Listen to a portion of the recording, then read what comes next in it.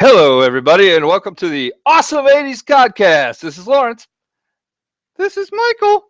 Uh, this is just Lawrence. We don't know where Michael's at. I mean, I think he's around somewhere. I don't think he tests his equipment before he is supposed to broadcast, and that's the problem. So I'm going to broadcast, and at some point, Michael's going to surprise us all and jump in, and it's going to be awesome. So we are here today to discuss A Fish Called Wanda. It's an Oscar classic, a true classic in the sense of the word classic. So we're going to also give you an awesome preview of the 2015 Oscar Awards. Now, is it MF Jones? You're here with me. You can say hi. That's right. Hello. Now, I'm always confused by this. Is it the 2015 Oscars for the 2014 year? I think it more works like the baseball or more so the basketball season where it's like, spans the years. It spans the years, yeah. Baseball 1 year, basketball, football, hockey, they all span 2 years. So I guess it's the 2015 NBA Finals for the 2014-15 season. So it's the 2014 Oscars, or 2015 Oscars for the 2014 Oscar season. MF Jones, have you seen any of these Oscar movies? I know that you just did a prediction sheet, but you're going into this blind for the most part, right? I think I've seen maybe 2 movies. What movies have you watched? Guardians of the Galaxy, which was not necessarily for best film, but I think it was characters and makeup. But whatever, I think it's a strong contender. Yeah, I think Guardians of the Galaxy has a good chance. We're going to do a complete rundown here in a little while. Normally, I try to watch most of the Best Picture movies, and this year, not a lot of them jumped out to me. And we'll talk about it. Don't you worry about that. Things are going to be discussed. What I'm really wondering is, where's my co-host? I think that maybe I need to do auditions. I think there's a lot of people out there. Casey Superfan would probably love to be my co-host. Bobby Joe has co-hosted on many times as a special guest. I think maybe she'd be a great co-host. We could do... Oh, MF Jones, would you be interested in being my co-host? There's an interest. We'll have to discuss it. If Michael comes back, we'll see what happens. Right. Real quick, too, want to give a shout out to Talon. Talon has taken over the editing duties from us on the audio side of things. So if you're listening on the audio side, many of you are, he does a fantastic job week in and week out here. We're not easy people to work with. And so we want to give a big shout out to Talon. We appreciate everything you do. And with having so many listeners who mostly just listen to us on the audio side who haven't yet discovered the magic of our video, or it's just inconvenient for them, he's really helped us improve our audio format, and you guys are going to hear some changes going forward that I think are going to be awesome. I really do. And we're hoping, to have some new special effects going in with the audio here real shortly. I'm going to start the movie review because that's what you guys are here to listen to. I don't know where my co-host is. I can tell you where he's not. He's not talking to you. And that's a shame. It's a real shame. You guys deserve more. If you have any random Google Plus viewers right now, you're just seeing a guy in awesome shades. I'll talk about it. That's fine. Just sitting there, just talking by himself because he has no co-host. And not that MF Jones is not a person. I appreciate that. I appreciate that. You are a person. You're someone I treasure. So... we will discuss shortly. Also, there's an awesome 80s meet and greet tonight, I believe. So we'll discuss the details of that here further. It's a surprise meet and greet, so if you're loyal fans, don't think you missed an invitation. It wasn't planned, but it's going to happen. So let's discuss the movie A Fish Called Wanda. It stars Kevin Kline. It stars Jamie Lee Curtis. It stars... now I can't think of his name. That's why we have notes. This is where a co-host would be awesome. This is where we really would need a co-host. One that we don't have. I'm just going to keep pointing that out. John Cleese. How did I forget about John Cleese? So this movie has a lot of aspects of Monty Python. John Cleese was a famously in the Monty Python troupe. Are they a troupe? I don't know. We'll discuss. I'm listening right now to a conversation between MF Jones and my co-host. My co-host who's not here. You can submit your applications to be a co-host at hosts@theawesome80s.com. We'd be happy to have you if you will be able to log in, be prepared, be ready to go. So, do you guys want to talk Murder, She Wrote real quick? I think people should watch more Murder, She Wrote. If you get the Hallmark Movie Channel, Murder, She Wrote is available to you 5 days a week, 4 times a day. It's 4, like the Horseman. 4. Also, I had a dream last night that Corey Feldman, I was interviewing him for the show. In my dream, Corey Feldman, we were just hanging out, and he was in my living room, and I got real nervous, and I left, and I had to run to the gas station. And then when I came back, my wife was sitting there, and Corey Feldman was in a room off of my living room, just like doing Corey Feldman stuff. And my wife's like, "You better just go interview him." I was too afraid to ask him to interview because apparently we had become friends. I'd like to live in a world where I'm friends with Corey Feldman. I mean, it's kind of the dream. Everybody loves Corey Feldman if you're an 80s fan. So I asked him to be my friend and to come on my podcast. And he agreed. And then, right as I was about to interview Corey Feldman, I woke up. And I was unable to interview Corey Feldman for this podcast. So anyway, co-host applications, as we talked about, hosts@awesome80s.com. If you want to be a co-host, just send your application there.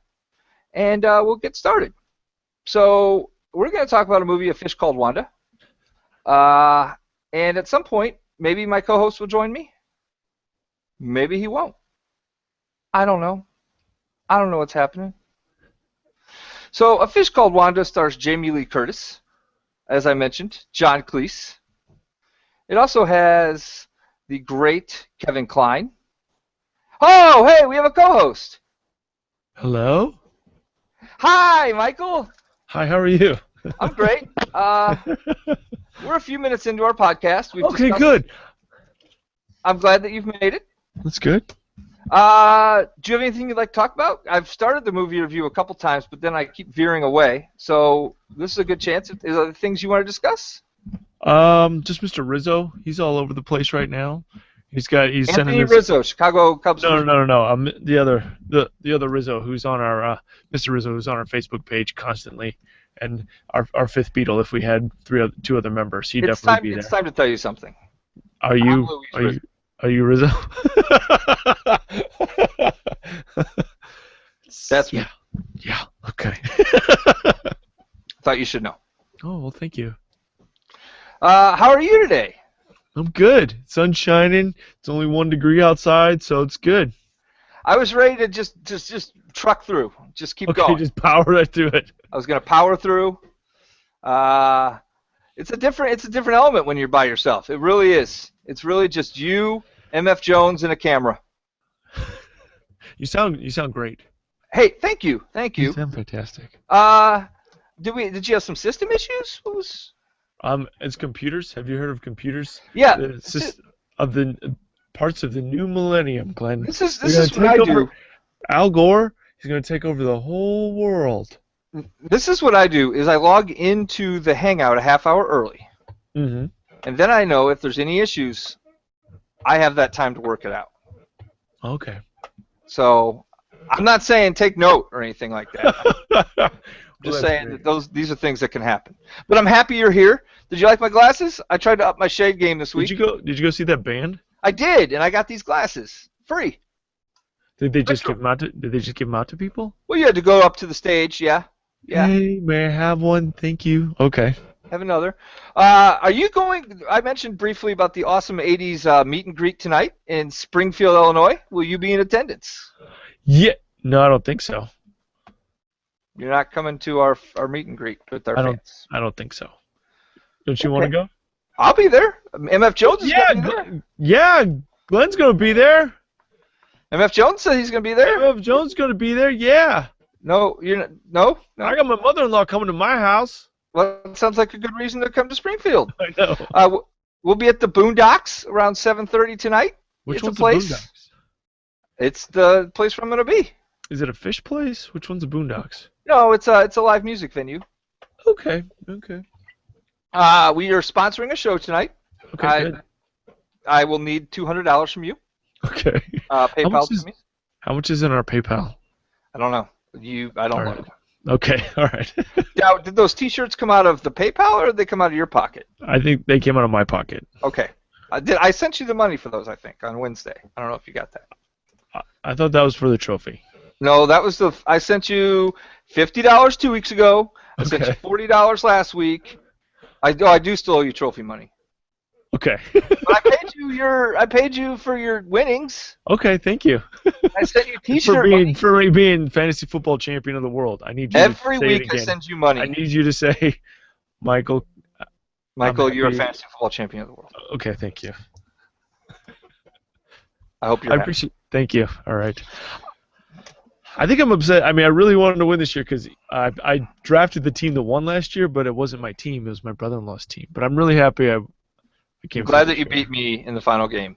And even though I'm really glad both of us wouldn't have made it out of this, if we were in the losers bracket, both of us would have lost anyway. We would have lost. Yeah.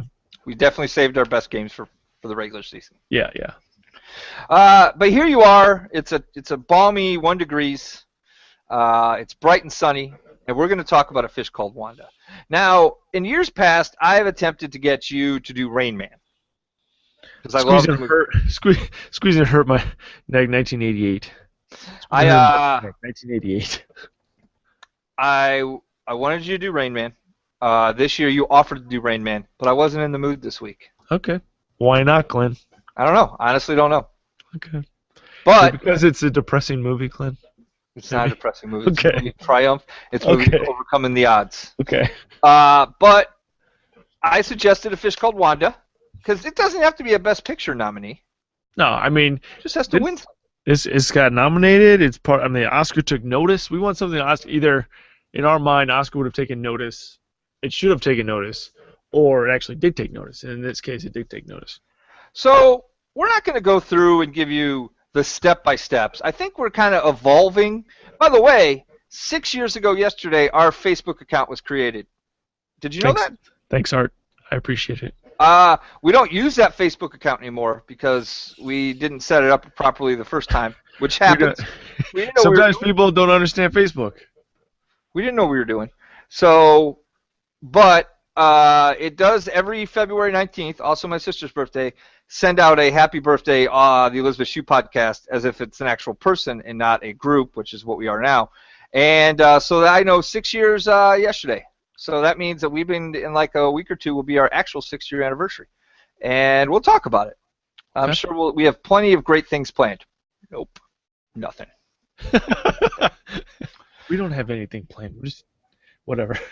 Also, in a couple of weeks, we're going to be having a guest again, and we're going to be discussing House, the movie House. But it won't be a guest as in an actor or anything like that. It's actually our old friend Chris. Chris, you remember Chris? No? Yes, of course. I don't believe you. I believe me. Okay. Chris wrote Anatomy of Fear with his wife. We don't know if she'll be joining us. Was he he was our first guest on our video podcast, so that will be exciting to have him back. Yes, I think he was. He has a movie coming, or not a movie, I'm sorry. He is working on a second book now. I've been happy to contribute to that book. And hopefully my comments about Murder, She Wrote and its effect on horror movies in the 80s will make it in. They may not. I don't know. There's a long editing process. It's not all gold, right? I talked a lot about the dick from Sleepaway Camp. All about dicks. Veiny, yes. robbing. You can check out Chris Vanderkay's work at theanatomyofear.com. Yes. So we will be having him back here in a couple of weeks. Hopefully his lovely wife will join us, but if not, we understand. We are an intimidating bunch. So let's talk about A Fish Called Wanda. When I said, hey, Okay. what about A Fish Called Wanda? What's the first thing that jumped into your mind? Making love to each other, but speaking in foreign languages. Okay. A lot of people would say the chips up the nose scene. Okay, taking advantage of a person with disabilities. I talked to a woman this morning about this movie, and right when I mentioned it, her first thought was the John Cleese scene where he's trying to get the location of the hotel out. But anyway, this is a movie that has a lot of different memorable things, but yet it's not a movie people usually go to. I mean, what are we? Not quite 20 years ago that movie came out? No, 30 years ago. 10, 20, like 25 years. 25 years. So about 25 years. That's a long time, but yet it's not a movie that I hear a lot of people talking about. Do you think it's held up? I think it's held up. I think it's hilarious, especially the Kevin Kline stuff. It's all really good. Especially he kind of evolves.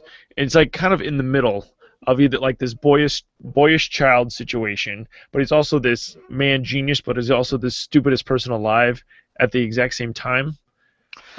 Just following him and watching him go and experience, this British culture and the kind of culture clash. It's fun just watching him be a giant buffoon. Now, Kevin Kline is an actor. What are your thoughts? I think maybe in reality, like what I was talking about, the Otto, the character in this movie, he probably is kind of a big child to a certain extent. I mean, didn't he marry someone 17 years his junior? Isn't Phoebe Cates like 17 years younger than he is? Yes. So, I mean, at one point, because there's this dichotomy. He's like super smart, super well-read, but then again, he seems like he acts like a big kid sometimes, too. Now, Kevin Kline definitely plays creepy. Sleazy. I don't want to say creepy. Yeah. He plays sleazy better than anyone in Hollywood. He didn't have much of an 80s career. I mean, we could talk about that movie he did, that TV movie in 1980, I Almost Peed My Pants. No, I'm sorry, it was Pirates of Penzance. Pirates of Penzance. But I think he was doing Broadway and other theater stuff during that time. Yes. Right after this, he did January Man. Do you remember that movie, Glenn? I remember it existing. I don't remember the plot. He's a cop. He's on the edge. But he's also like a big kid, but also a genius at the same time. And he goes and he finds a serial killer who's trying to get after Mary Elizabeth, Master Antonio. La, la, la, la, la, la. I'm sorry, I'm projecting. Okay. Project. So yeah, January Man, that was an 80s movie. He did The Big Chill, which we've discussed. Probably his finest 80s role. But he did a lot of things right after the 80s that were awesome. I don't know, did you ever see Violets Are Blue? That was an 80s movie. I've never heard of it. Which one's Violets Are Blue? I don't know. I've never heard of it. Okay. Something he did in the 80s. But so he did I Love You to Death in 1990. Oh. Where he plays Tracy Ullman's creepy husband, right? Did you see that bat, man? Look at that bat. Is that Reggie Jackson? He had like a ton of home runs. I think when he puts the mustache on, that's when that's when the sleazy comes out. It gets extra creepy. He was in one of my favorite movies. I'll say top 15 of all time. Soap Dish.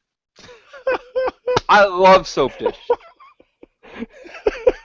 MF Jones, nod yes or no. Have you seen Soap Dish? Okay, he is not. He needs to watch that movie. I think everyone should see Soap Dish. It is great. It is. He was in Grand Canyon. I just remember there being a lot of people in that movie and it being like just not. I remember something about the LA Forum. I think I don't know. It's a little preachy a little bit, but I also enjoyed Silverado. We talked about it previously when we talked about Pale Rider in a previous episode. But I mean, as far as 80s cowboy movies, there's very little to choose from. But Silverado is a quality film.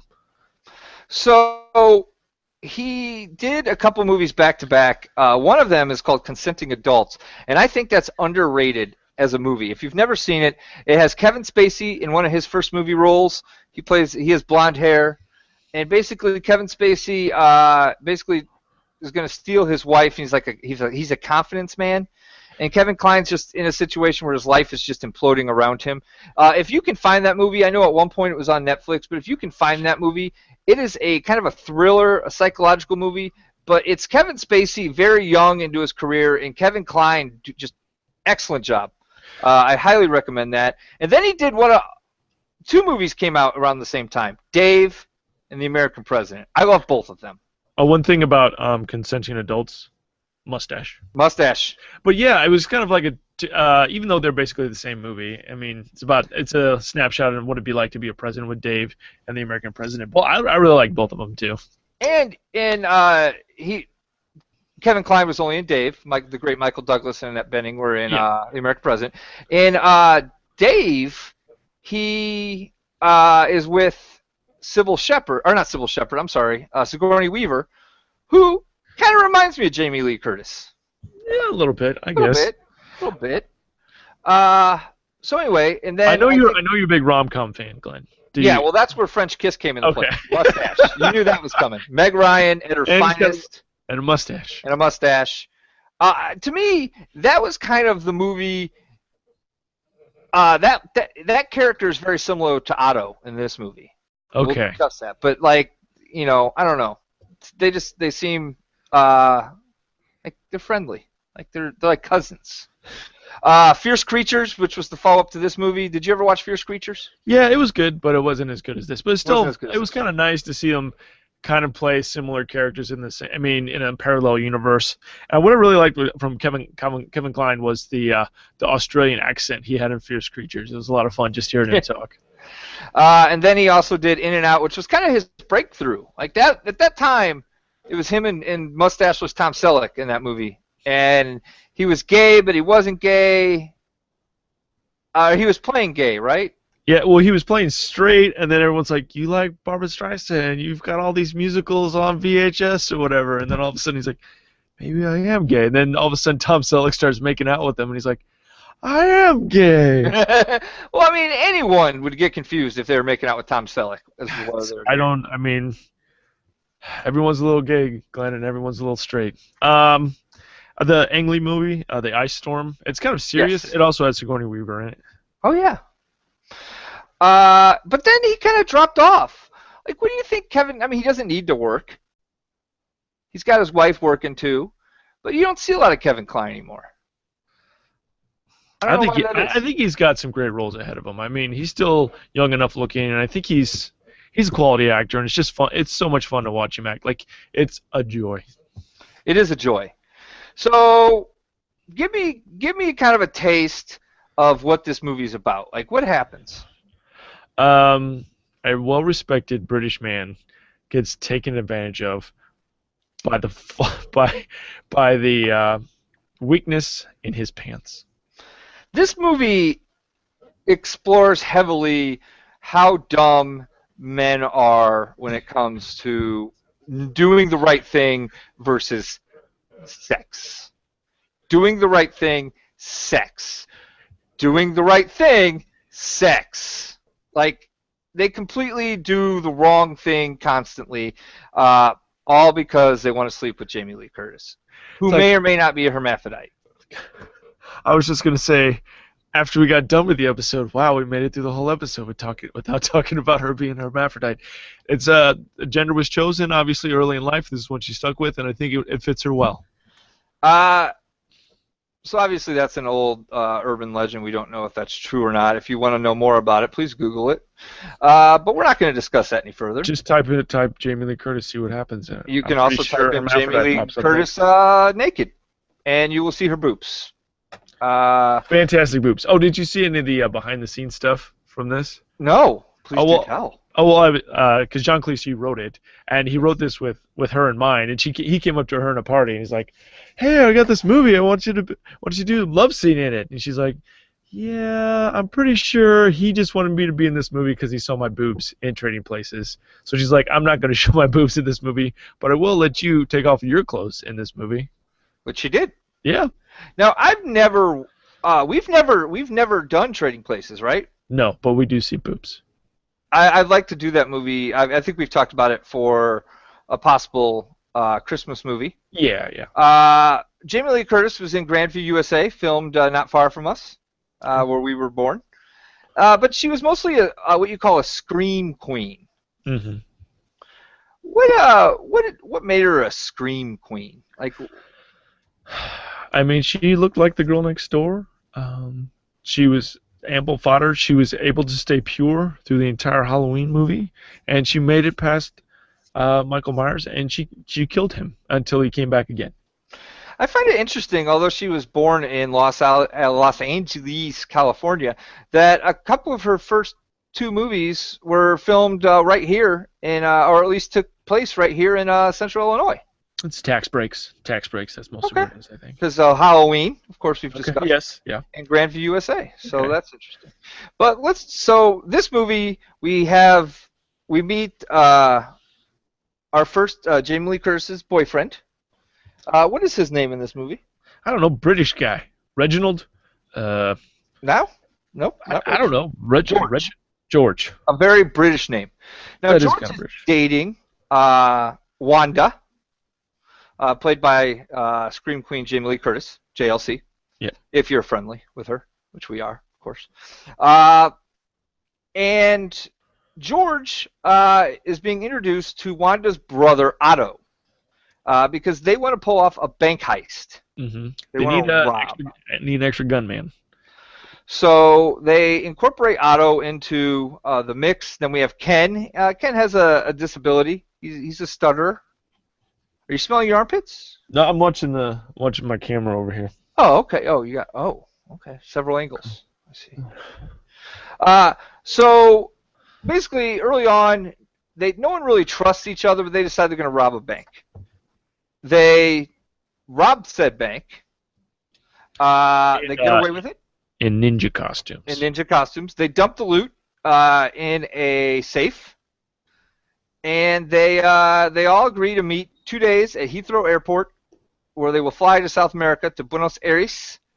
Buenos Aires. Buenos Aires. Yeah. Just like in Who's Harry Crumb. If we ever rob a bank, Glenn, I need you to promise. I will promise you. You promise me. We need to figure out the costumes ahead of time. I mean, either dead presidents or we're going to do ninjas. I mean, ninjas you can do pretty easy. I think we should do something different that's never been done. But we also shouldn't talk about this to the world. Well, I'll just click mute. Well, I think we should just do whatever, Glenn. I mean, whatever kind of costumes you want to do. What if we robbed them in 80s fashion, like in 80s costumes? Like I could be Cordy and you could be Alf. MF Jones could be Indiana Jones. Absolutely. Oh, he's in. All right. Well, that's the hardest part right there. Hey, we're in the middle of we unmute so we can talk. Okay. Okay. Good. Okay, and we're back. Sorry about that. So the first creepy thing in this movie, or sleazeballish thing, is so they all go their separate ways. Then we find out, which we already suspected, Jamie Lee Curtis and Otto are actually lovers. Wanda and Otto. She's just spreading around. She's spreading them. Town. They're in an alley after they just left the scene of where they're keeping the loot, and she goes, "I even want to fuck you if you were my brother." Otto kind of has a look like, what? Which is classy. You want your lady who you just robbed a bank with to say that kind of stuff. It's certainly something. So Otto and JLC, Wanda, if you will, decide right away that they are going to turn in George to the police, and that's how they're going to go. They're going to continue on their merry way. They know where the jewels are. They can get George in jail. They can go pick, because obviously, Ken, the guy with the stuttering problem, they don't feel any threat from him, so they can just go steal the jewels back from the secret hiding place and then go to Buenos Aires together. But also, you can see kind of like at that point where they open, Otto's opening up the safe. You can see that she has a little kung fu striking tool that she's going to hit him in the back. She's about ready to turn on Otto. Because she's an evil, evil woman. Now, John Cleese, obviously of Monty Python fame.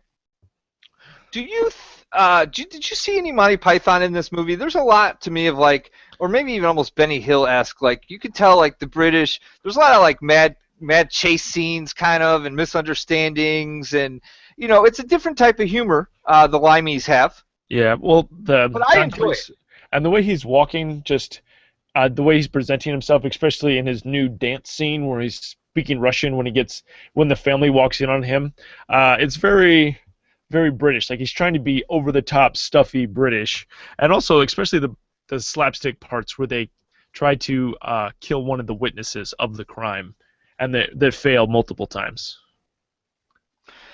Yeah, so there's a lot of different logistics that take place there. A lot of, like you said, slapsticky. I mean, it's just a different kind of comedy. Do you find yourself to be a fan of British comedy?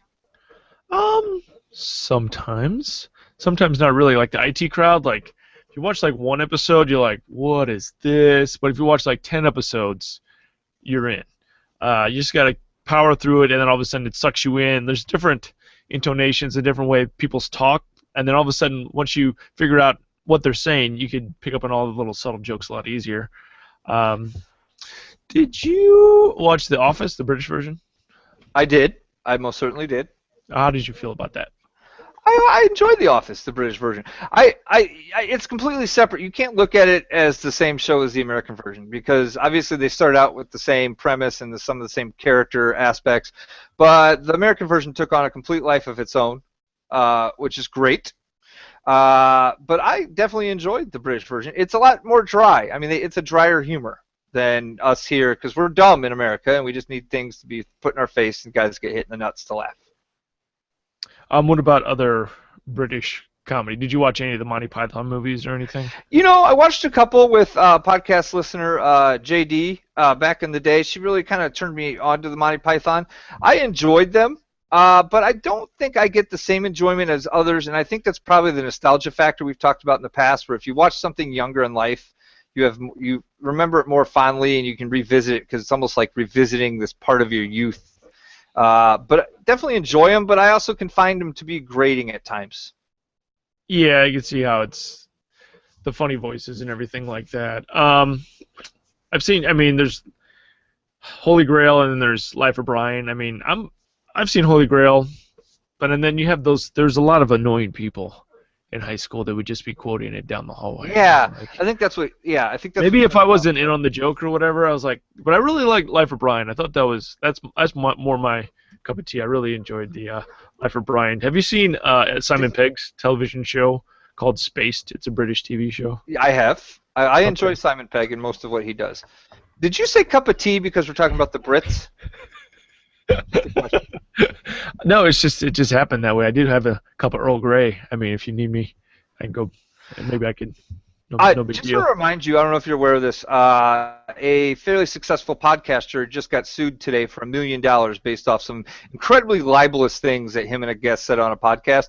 So we might want to make sure that we check our P's and Q's. Whenever we say bad things, it's usually about each other. Right. So I can't say Earl Grey tea?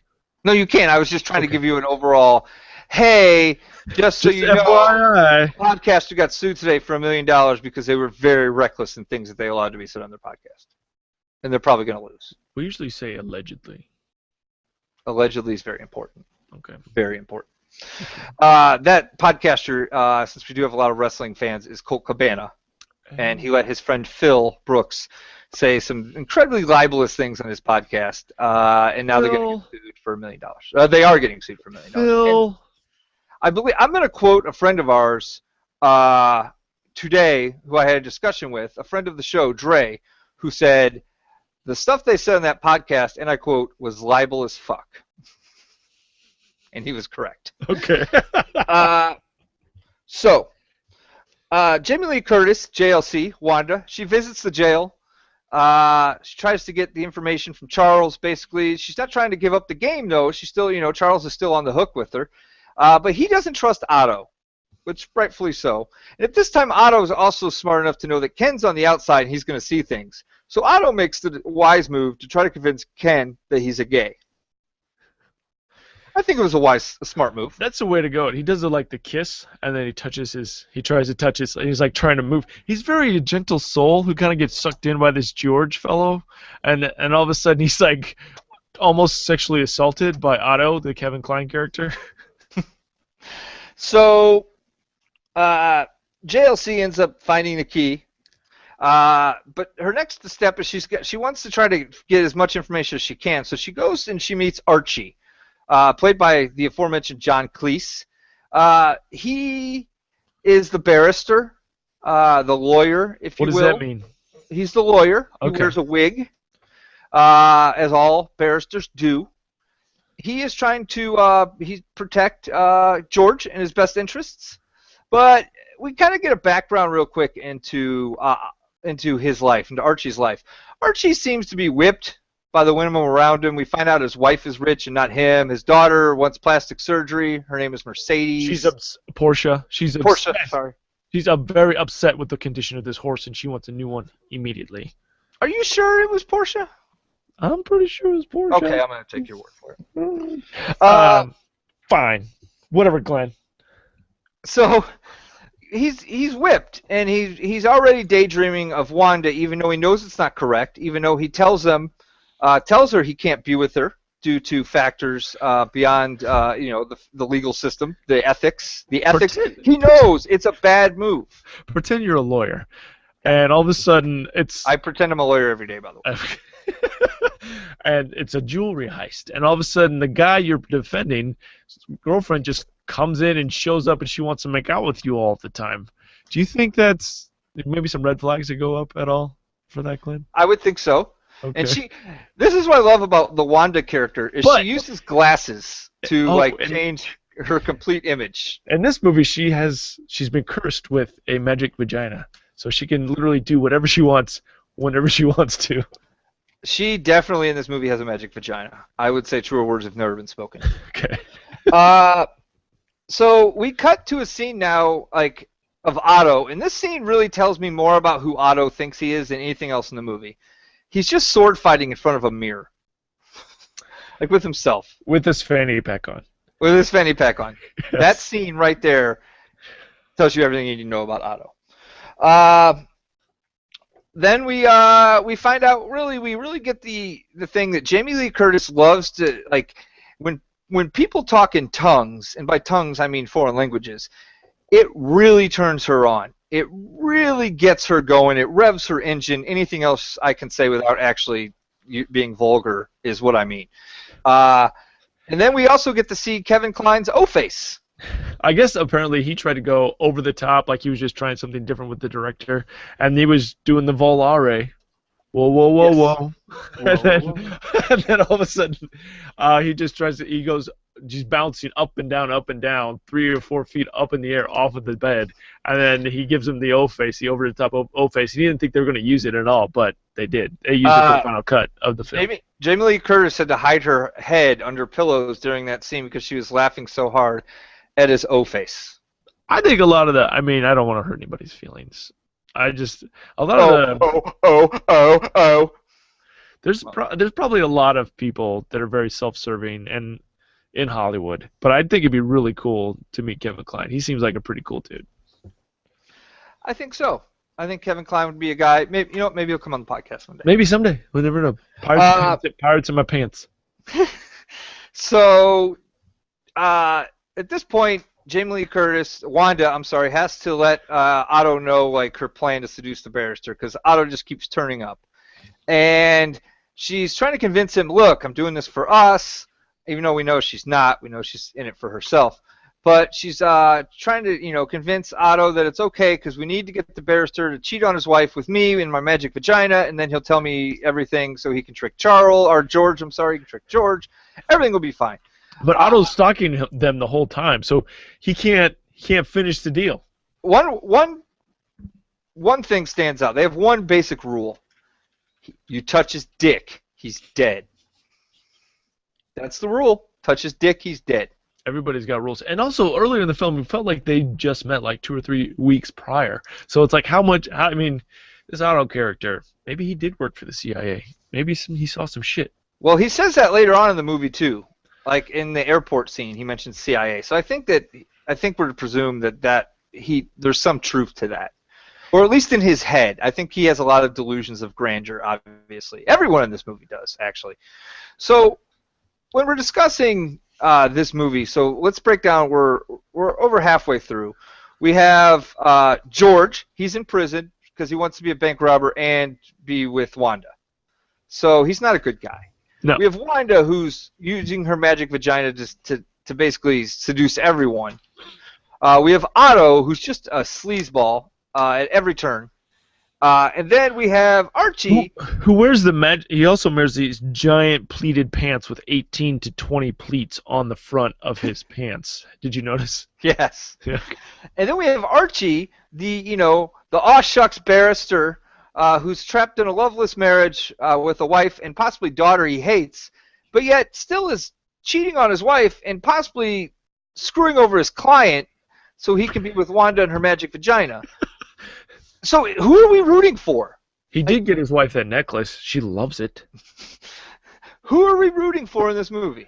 Who's the good guy? Is there a good guy? I think Otto's the good guy because it's just so much fun watching him. I guess Ken, you can root for Ken, but he gets very much like in The Getaway with Steve McQueen and later with Alec Baldwin. He gets tied up and tortured and very just in a very Wasn't The Getaway Charlie Sheen? No, what's the other one? It's with this. I thought The Getaway was The Chase is Charlie Sheen. The Chase is Charlie when she sits on his lap, and then it's got Henry Rollins is in it. Is Flea in it too? Yeah, I think so. And Buffy the Vampire Slayer, the original. Yeah, okay. But I mean, he's like in this super vulnerable position, and you kind of feel bad for Ken, but still, it's so much fun watching Otto torture him. I don't think there's really anyone to root for. I was an Archie fan, so. Anyway, there's kind of we mentioned earlier like a Monty Python chase scene through the house when Archie's wife shows up, and there's lost necklaces, and Otto has to reveal himself as a CIA member. There's a lot of hijinks, but really what it gets down to is now Archie's all in. He wants that magic vagina, so he sets up a scene at his friend's house to seduce Wanda. He's out of town. This is where I'm gonna have my sex with Wanda and her magic vagina. And then Otto comes in and ruins it again. That shot was just fantastic, where it follows them. They're embracing. They're on their back. They're laying down on the bed. Then all of a sudden, the head pops up in the background of Kevin Kline. You're like, this is hilarious. This is so awesome. So what happens next? There's some other stuff. We're just going to touch on the major things. Yeah. Otto's trying to make it up to him, to Archie, but Archie gets Wanda back at the same love nest. He starts talking in Russian. She's dry humping a rope. People show up and once again ruin it, and Archie's never going to get the V. It's never going to happen. I need to steal those diamonds so I can get the magic vagina. There's also this subplot where Ken's trying to kill this old lady throughout the movie. Yes, and he can't same do old it. lady from the Willow movie, who is the good old lady from the Willow movie, who you see naked later on. What? What are you doing? In Willow, you see her naked. She transforms from a goat to like a tiger, and then all of a sudden she's naked. All right, I didn't know you were into gilf. So this is where like the final act happens. So now basically everyone's in it for themselves. Presumably, George can get out of prison now because the witness is dead. Otto realizes that he cannot get with Wanda unless he's rich. So he's got to make his move. I'm sorry, I said Otto, I meant Archie. No, but Archie, yeah, like she asked him straight up, like, "Oh, are you rich? Before you stick it in, are you rich?" I want the P and the V, but I also want you to be rich. Oh, my wife, she's the one that's rich. Oh. Oh, I thought you were going to talk about your wife and the P. Anyway, so Otto ties up Ken in one of the more memorable scenes. He's sticking chips, which is the British French fry, basically. It's what the Otto says the British have contributed to the world cuisine.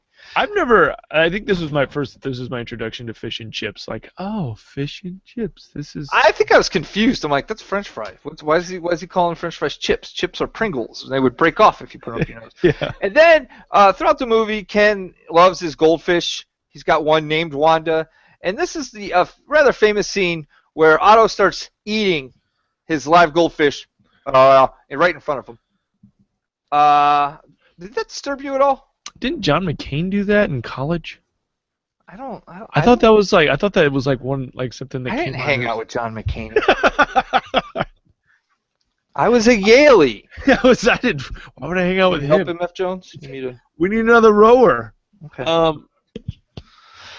So, Otto eventually is able to find out where the money is hidden, but he doesn't have the key. So he gets a hold of Wanda at the courthouse. She reveals she has the key, and now it's on. So then Wanda's like, now I got to get rid of George. So she goes on trial or on the stand, and she completely throws George under the bus.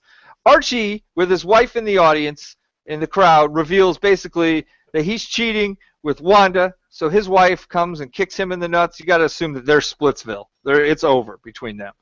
Just her and Portia out there living their lives. Now George, he's going to jail for a while. Otto and Archie and Wanda hook up. They're driving. They're going to get the key. Or I'm sorry, no. Why are they going back to Ken's place? Oh, to get the location. Because Ken has the location. Yeah, he knows right, exactly. Right when they get there, Otto intercepts the car, leaves with Wanda because Otto knows the location. Wanda has the key. And I wish I could just draw a poster board diagram real quick because I'm getting confused. But then Archie spends a few minutes with Ken and his stuttering problem trying to get out where the location is. They finally get it. It's a race to the airport. It's a race to the hotel and then to the airport. They end up getting the stuff. They're at the airport. They all get boarding passes. Otto does a slick move, just putting his gun around the metal detector. That's how you get through it. I thought that was, especially as a kid, I thought that was awesome. So there's some shooting, there's some fights, but it ends up it's a showdown between Otto and Archie. And Otto has the upper hand. He's got the weapon. He makes Archie get into a tub full of oil. And then Archie sees in the distance, what does he see? Life happening, Glenn. Life happens. Ken. He sees Ken with the bulldozer. Yep. Ken's very slowly going towards him. You're having issues. Do you need a drink of water? We're good. He doesn't. Okay. I mean, those sexual advances that were happening against Ken. Obviously, he did not appreciate that. No. It was bullying. It was bullying. It was bullying. So he's going to go after him if it takes. I mean, if anything, if Ken ends up with the upper hand, so be it. I'm sure everyone in the crowd is going to love that Ken is winning. If you're on Ken's team, if you're on Team Ken, you're going to love it. 1988, 2 bulldozer scenes where people get run over by a bulldozer. This and The Naked Gun. What was your favorite of that year? What about Who Framed Roger Rabbit? Wasn't that it? I looked it up. That wasn't 88. Okay. I like because that's the one I thought of, but it was not 88. Naked Gun. Okay. I'm going Naked Gun. I like the way this one played out because it was so long and drawn out. But basically, Otto gets bulldozed right into some wet cement. Yeah. And we presume he's dead. Archie gets back on the plane, sits next to Wanda. Now, Archie, by the way, they're flying to Buenos Aires. He's covered in oil. They never totally cool. That. They got like wet naps in there. You just wipe it off. You're good. They're about to fly away happily ever after, but what they don't know is Otto is on the plane, on the wing, full of cement, and then he just kind of falls off, and they fly away to have 17 kids. They live happily ever after. Buenos Aires. Buenos Aires. It's a mad romp. This movie is a mad romp. I enjoyed it. It's a caper, if you will. I think it's something worth if you haven't watched it rewatching. If you have or if you have watched it, rewatch it. If you haven't, go back and go check it out. It's not going to change your life, but it's definitely an hour and 45 minutes of entertainment. Did you see the alternate ending of the movie at all? No. There's one where they're sitting in the chairs together, like in the airplane. They're happy, they're about ready to take off, and it pans down and goes up Jamie Lee Curtis's leg and goes to her shoe. Because a lot of the shots in the movie were of her feet. I don't know if you noticed that, but that's none of my business. None of your business.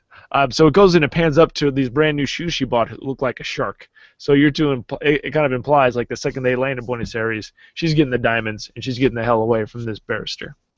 I'm glad they went with the ending they did. Yeah. 17 kids. That magic vagina is truly magic. So does the movie holds up to you? It holds up to me. I think it's seriously like It's something like a wife would watch. I was watching it earlier and I was like, oh, don't. Is that insulting? I'm just saying that it's something a couple could watch. Can we get sued for that? There's no like super explosions. It's not superly graphically sexual. Like all the sexual stuff is like comedically sexual. Can wives of the world sue us? Do they have a group? I bet they have a group. This movie won an Academy Award for Best Actor in a Supporting Role. Kevin Kline, well deserved. It did not win. It was nominated for Best Director, Charles Crichton. Now, John Cleese is listed as co-director, but he only listed himself as that so the movie would get made with Charles because the studios didn't have confidence because he hadn't made a movie in like 30 years. So that was really awesome. John Cleese seems to be a stand-up guy. It did get nominated also for screenplay. It did not win. That John Cleese wrote. Also, in some of the other behind-the-scenes stuff that I watched on the YouTubes. It said that John Cleese, he actually did some of the directing when they were doing, like he'd do some of the acting stuff, like what he wanted, because he wrote the whole thing. If he wanted different performances out of the actors, he would touch base with the actual director, and then he'd go in and give the actual acting performances stuff. But as far as the blocking and the camera movement and all that, like that was left over to the original director.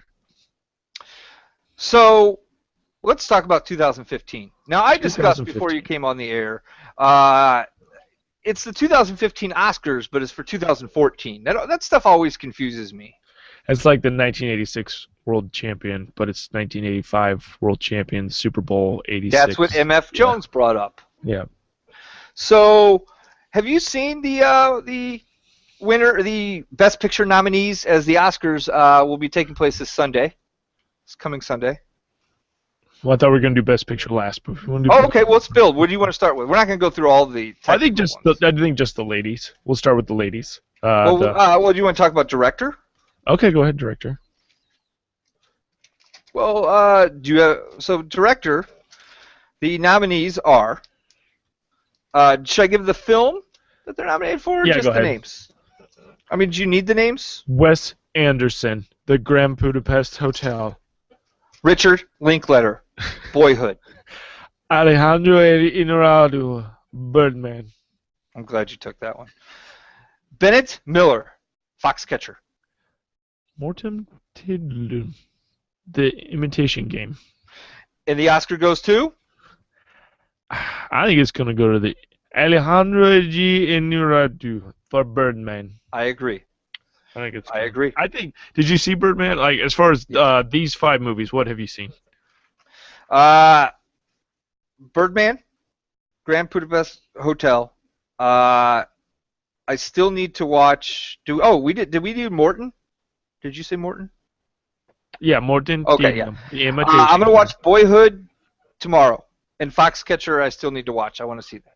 I watched Fox. I guess I've seen 3 out of the 5. I've seen Foxcatcher, Birdman, and Budapest Hotel. I think Boyhood. Eventually, Richard Linklater is going to make that film, that great film. I think, especially like our generation, from like the independent movies from like '94 on, he's like one of the princes of that, and he runs this entire. Yeah, he runs this entire film festival and independent film cinema society in Austin. He's going to get something. He's going to get a award someday, and he's going to make something that's equally as creative. But I don't think Boyhood is that movie. It's kind of like the Blair Witch Project to a certain extent. Like it is a technical achievement. For its time, we're talking about Boyhood. You're jumping ahead to picture. Okay. Best actress in a supporting role. Oh, okay. We will get there. I'm sorry, I was getting notes. Best actress in a supporting role, and your nominees are Laura Dern, Wild, Patricia Arquette, Boyhood, Keira Knightley, The Imitation Game, Emma Stone, Birdman, Meryl Streep, Into the Woods. It's gonna go to Meryl Streep. It always goes to Meryl. And the Oscar goes to? Merle. Wrong. Patricia Arquette. Boyhood. I think, everything's going towards Patricia Arquette. Yes. Best actor in a supporting role. And your nominees are Edward Norton, Birdman. Robert Duvall, The Judge. Did you see that movie? No, I did not. I don't want to. I really liked it. I mean, it's Oh, not you going to did? change your life, but I really liked it. Okay. J.K. Simmons, Whiplash. Mark Ruffalo, Foxcatcher. Ethan Hawke, Boyhood. I think Mark Ruffalo did a great job. I think Edward Norton did a great job. But I think J.K. Simmons. This is And the Oscar goes to yeah, J.K. Simmons. I think J.K. Simmons. this is going to be his time. Best Actress. Are you ready? Okay. Julianne Moore, Still Alice. Felicity Jones, The Theory of Everything. Rosamund Pike, Gone Girl. Marianne Cotillard, 2 Days, 1 Night. Reese Witherspoon, Wild. And the Oscar goes to? It's going to be Julianne Moore. Has she gotten anything No. at all? Yeah, I think it's I going to be would her like time. to point out, M.F. Jones has casted his Oscar ballot to Rosamund Pike, Gone Girl. I think she did a wonderful job, but I think Julianne Moore is going to take it. Just because it's her 5th attempt at an Oscar. I haven't seen Still Alice, and most people haven't.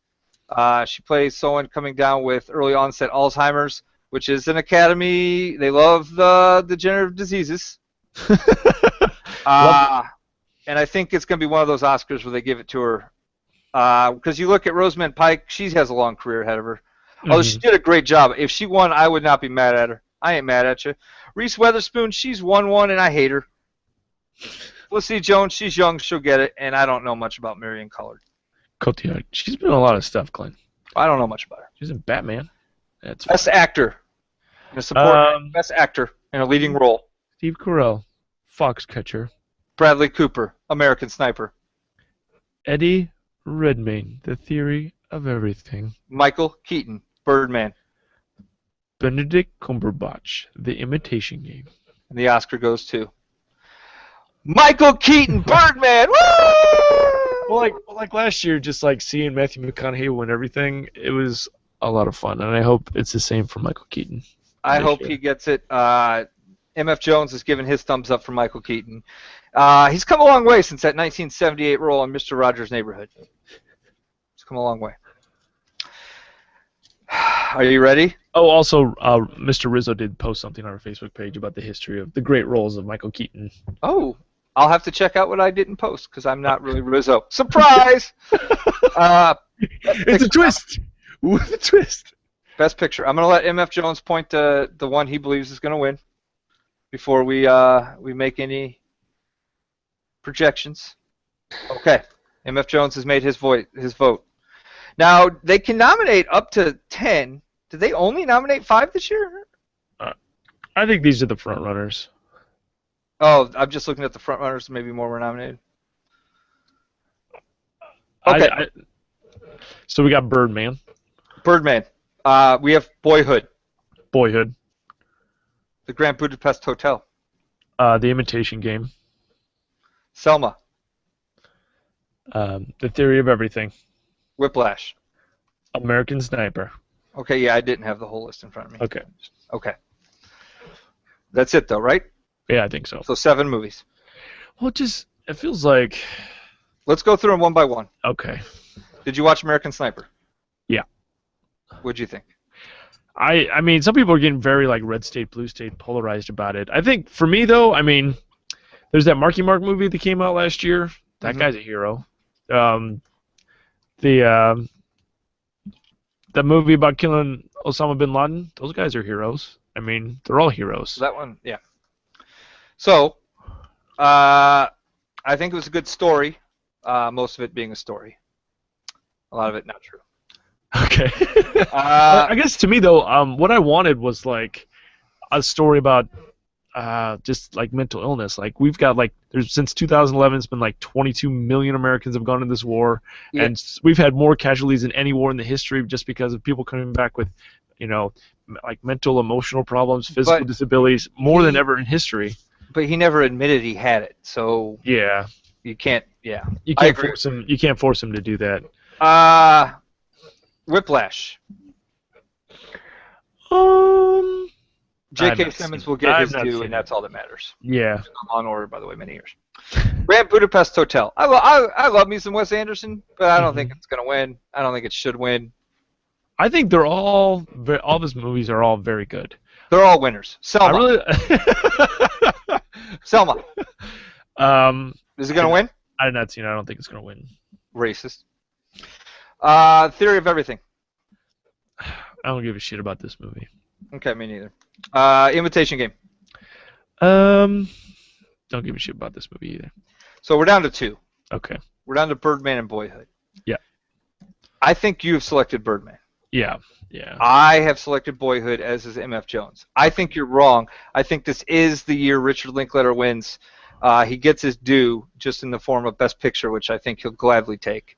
I think this movie wins Best Picture. So you think it'll be the Birdman director, Best Picture Boyhood, Michael Keaton actor? Yeah, and that doesn't happen a lot, so this will be rare. Oh, we have a Henry. Can we hold on to just 1 second here? You keep talking. So Boyhood. All right, Boyhood, I'm back. Man. Okay. Okay. I think Boyhood's going to win. You say Birdman. So that's interesting. We'll be able to next week discuss. Did you see? Awesome. I talked to you a little bit about the extended scene of Birdman that's out. Have you seen it with Johnny Depp in it? Yes. Okay. If anyone hasn't seen it, you can just go and look for it. It's like an extension. It's so meta, man. It's just so meta. Hey, do you want to see my son real quick? He's about to leave to go ice fishing in Minnesota. Oh wow, that's awesome. Hey, say hi. Have fun ice fishing. He's got lots of hair. Okay. Okay. Glenn doesn't like all that hair, Jake. So, all right. Well, that's good. It's good that there's difference of opinion on things and that people don't know exactly what's going to win. Very rarely does the director win and then his movie not. But I think that's going to be the case this time because I think that this is what I think. I think the voters are split between these 2 movies, and they're going to give Birdman the director, and they're going to give Boyhood the Oscar for picture. That's I love Linklater. I think he's fantastic. I mean, whatever he gets, he deserves it one way or the other. So I just think that these 2 movies are so closely like neck and neck that that's the decision the Academy's going to make. But we'll find out on Sunday. How do we become members of the Academy? I'm working on it. I just really want to get the screener copies because I'm tired of downloading I get those. them illegally. God damn it. I can get those to you. Sure, Glenn, sure. No, I really can. We'll talk off air. Do you have, is there other movies you think that were snubbed for Best Picture or anything? No. I think they did a good job. So in Gone Girl, the Rosamund Pike, I think she was definitely the best part of that movie for me.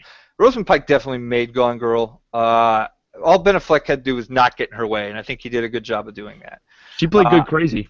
I think she has a long career ahead of her, and we will definitely hear her name more. And we may hear it on Sunday. You and I aren't the, say all be all. MF Jones saying she should win, and he may be right.